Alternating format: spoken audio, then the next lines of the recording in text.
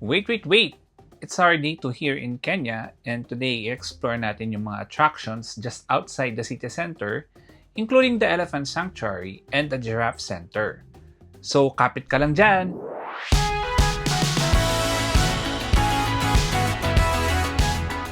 Hello there, Tipiters! We are Vince and Josh.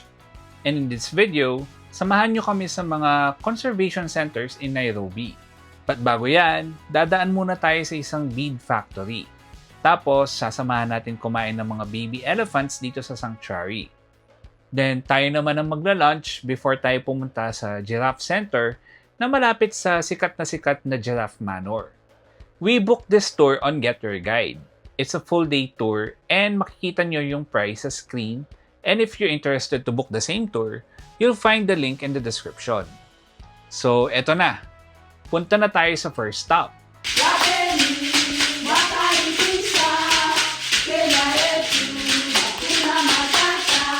So, nandito na kami ngayon, Tipiters, sa Kobe Top. Isa tong sikat na place for leather and beadworks. So, ito yung first stop namin for our tour today. To be honest, it's very easy to dismiss this because it has all the trappings of a tourist trap. Pero it's actually a cooperative aiming to help local women, especially ang mga single moms, widows, at iba pa na magkaroon ng stable na livelihood. Our guide Joyce showed us yung process ng paggawa ng beads. Napaka-intricate ng process kasi parang it will take 2 months para makagawa, depende sa weather. Yung pagkuha ng mga clay dito o yung materials sa Mount Kenya, that's another process. Tapos, after mo mag-collect, kailangan nilang durugin yung clay. Bababad nila yung sa tubig ng napakatagal ng ilang weeks. And then after nung ipapadry nila, i-drain yung tubig, and then yung clay na yun, yung gagamitin nila sa paggawa ng mga beadworks nila. Then after nun, baking process na yun, medyo matagal. I don't want to bore you with the process, pero ang maganda dito sa Kobe Top is yung mga workers nila, mga kababaihan. So, they have 450 female workers here. Yung mga single parents, yung mga widowed, yun yung mga ina-employ nila dito. It is very empowering. And according dun sa guide namin, they really help the families na dati can't afford na mapaaral yung mga anak nila dahil nga sa situation nila na walang trabaho. Pero dahil nga dito sa naging work nila dito sa community na to, they were able to send their children sa school and kahit pa paano na-afford na nila yung pangangailangan nila. Pero sa totoo lang, medyo mahal ang mga tinda nila dito kumpara sa iba. Pero handmade din naman kasi and for a good cause. Walang prasahan na pagbili dito.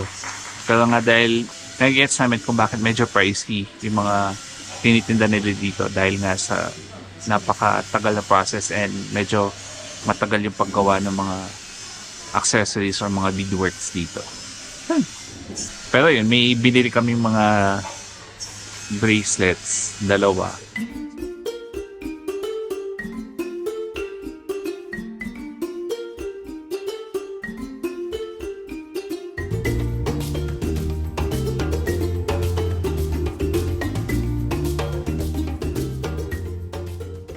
Ayan guys, on to our next stop.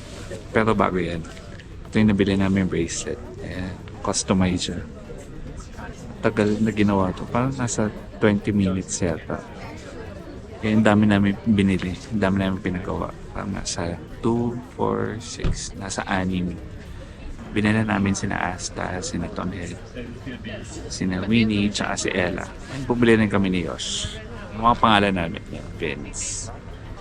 Minsan lang maka-experience ng ganito. So, why not bumili ng anything na magre-remind sa amin about Kenya. So ngayon, nandito kami sa Sheldrake Wildlife Trust Elephant Nursery. And actually, ito, sakto, kakabukas lang nung Elephant Nursery. Go. So yun, magkano yung ticket? Magkano yung binok mo? Dito? $87. $87, dalawa na yun. Oh, Tapos meron nga. pang tax yan. Pero, Ayun. pero yung entrance dito ay I think $20 $20. or $15. Either 20 or 50. Nakikita nyo sa screen. Ayan. So anyways, let's start the tour.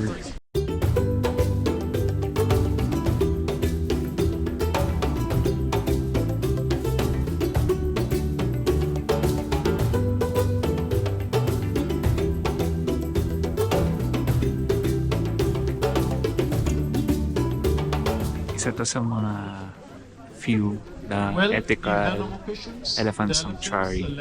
So if papunta tayo dito sa Kenya, sa Nairobi, i-avail nyo to. Tapos na yung program. May ano, pinakita sila, yung unang pinakita nila is Baby Rhino, ang pangalan niya Raha. Nung una siyang lumabas, sabay-sabay na yung mga tao. And marami ang umiyak sa story niya na isa-share ko mamaya.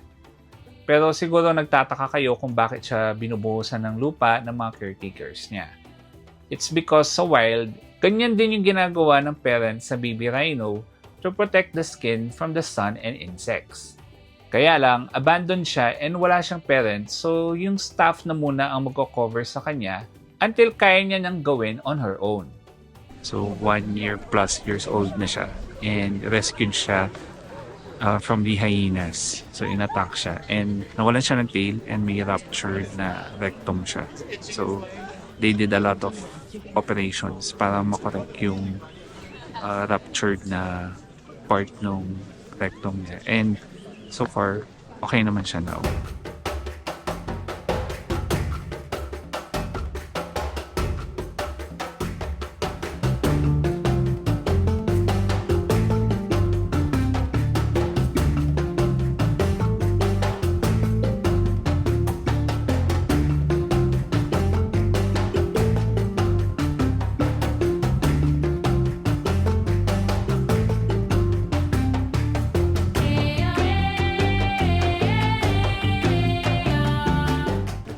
Sumunod na pinakita nila is yung mga baby elephants.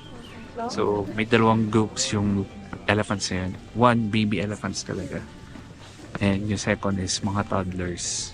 Pero lahat sila pinapainom pa rin ng gatas. Ang difference lang is yung sa baby elephants is yung ano talaga, cow's milk, hindi diluted. Yung sa toddlers is diluted milk. Pero same amount lang din yung pinapainom. And yung sa mga toddlers, may parang tinatrain na sila na maging matriarch. So, leader na ng elephant or ng group na yun. So, yan.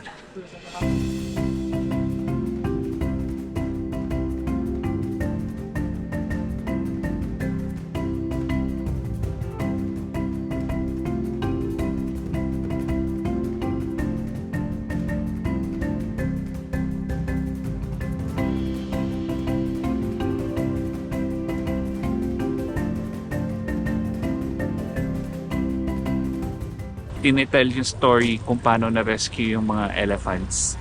And nakakalungkot because the main problem is tayong mga tao.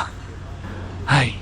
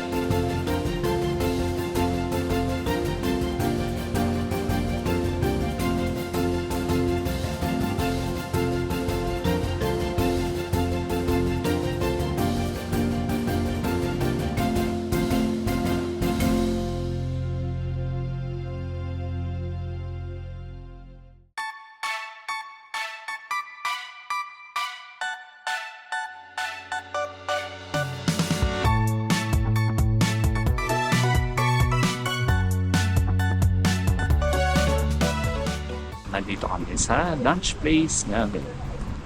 siyang complete stop. Meaning, may restaurant, may coffee shop, souvenir shop, yan, gift shop.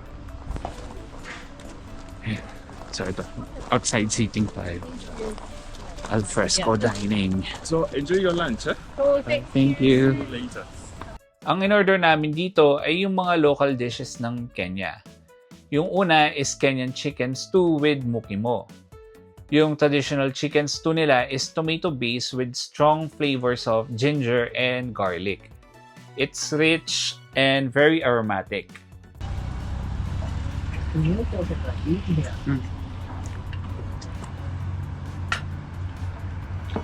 Lasang curry. Ang mokimo naman ay mashed potatoes with green vegetables and corn. Para siyang mashed potato na mas firm. Similar naman ang ugali. Kung sa atin ang ugali ay attitude, dito sa Kenya, ang ugali ay nakakain. Ito ang ugali, which is cornmeal na staple starch nila. Plain lang siya, walang masyadong lasa, parang ito yung rice nila. Tapos may ulam. Like tong spinach dish na to. After ng lunch namin, ang pinaka-last stop namin is yung Giraffe Sanctuary naman. So yung mga sikat na Instagram photos or mga reels na nakita niyo yung Giraffe Manor, dun siya. Pero hindi kami papasok dun sa Manor kasi medyo mahal. Hindi namin afford. And makikita din naman namin sa malayo. So okay na kami dun. Ang important is makakita kami ng giraffe.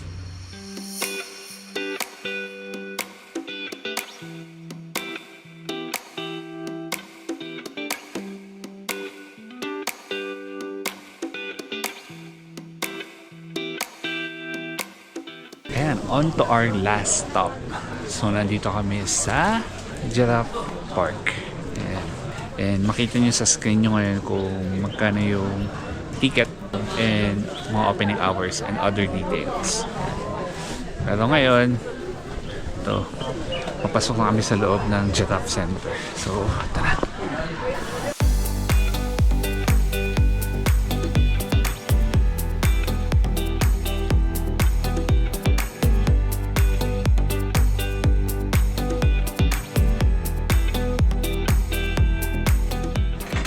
So in Kenya we have three types of giraffes. So these are the three types we have in Kenya.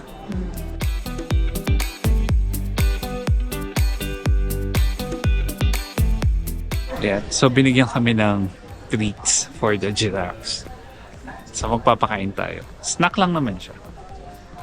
Yes, pwedeng magpakain dito pero sobrang konti lang.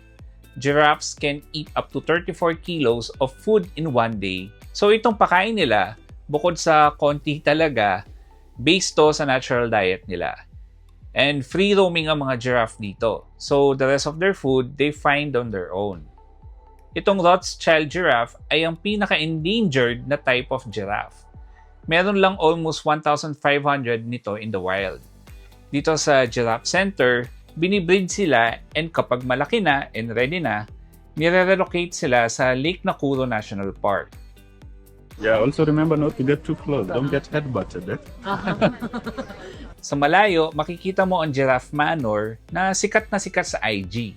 Pwedeng umabot sa 70,000 per night ang stay dyan, pero yung mga giraffes doon, same lang din nung andito sa Giraffe Center kasi they share the same area. Mas mura pa dito. Naka-recover yung species nila by conservation dito sa Giraffe Center. Initially, nag-start sa 130 giraffes na lang yung natitira. And then, nagkaroon ng initiative yung family. So, yung conservation is in-start ng Melville family. Then, from there, nagsanga-sanga na siya. So, conservation plus education para mas long-term yung conservation effort. Ayun. Pag alam niyo yung importance ng isang bagay, siyempre pangahalagan nyo na yun. So, ganyan yung nangyari dito. Kaya, ayan. Meron ding mga gumagalang mga warthogs dito. Mas kilala bilang Pumba sa Lion King. In Swahili, Pumba actually means absent-minded, careless, or stupid. And yung Swahili word talaga for warthog ay ingiri. And that culminates today's vlog. After naming mag-Giraffe Center, we will be heading back sa hotel para magpahinga. As much as we want to explore pa ang city center, hindi na rin namin tinuloy dahil biglaan na rin umulan. Dito kami nagstay sa IB Styles Hotel sa Westlands area. Maganda yung room, well-appointed, and malayo sa kiosk ng downtown. Book your hotels with Klook. Also, don't forget to use our promo code ThePoorTravelerKlook when booking hotels with Klook. And worth it when booking travel insurance with PGA Sompo. Anyway, bukas papunta na kami sa Amboseli National Park para makita ang mga African elephants. Kung ayaw mong mamiss yan, you know the drill. Subscribe to this channel kung hindi mo pa nagagawa and hit the bell icon beside it, then select all para notified ka kapag may new videos tayo. Kung sa FB ka naman nanonood, please like, share, and follow this page na rin. Kung meron kayong questions, comment lang kayo or follow and message us on Instagram, X, formerly Twitter, and TikTok. Just search at The Poor Traveler, single L. Kung gusto nyo ng more tips and makinig sa mga nakakatawang kwentuhan namin about our trips, follow and tune into The Poor Traveler Podcast on Spotify, Apple Podcasts, and Google Podcasts. If nakatulong sa inyo ang video na to, you can show your appreciation by tipping us. Just visit thepoortraveler.net/donate. And pwede kayong mag-tip dyan via GCash, Maya, GrabPay, bank transfer, and credit card. All tips this month will be contributed to the Poor Traveler Scholarship Program kasi nagpapaaral tayo ng mga college scholars. That's all for now. Remember, plan smart, travel safe, and make every trip worth it!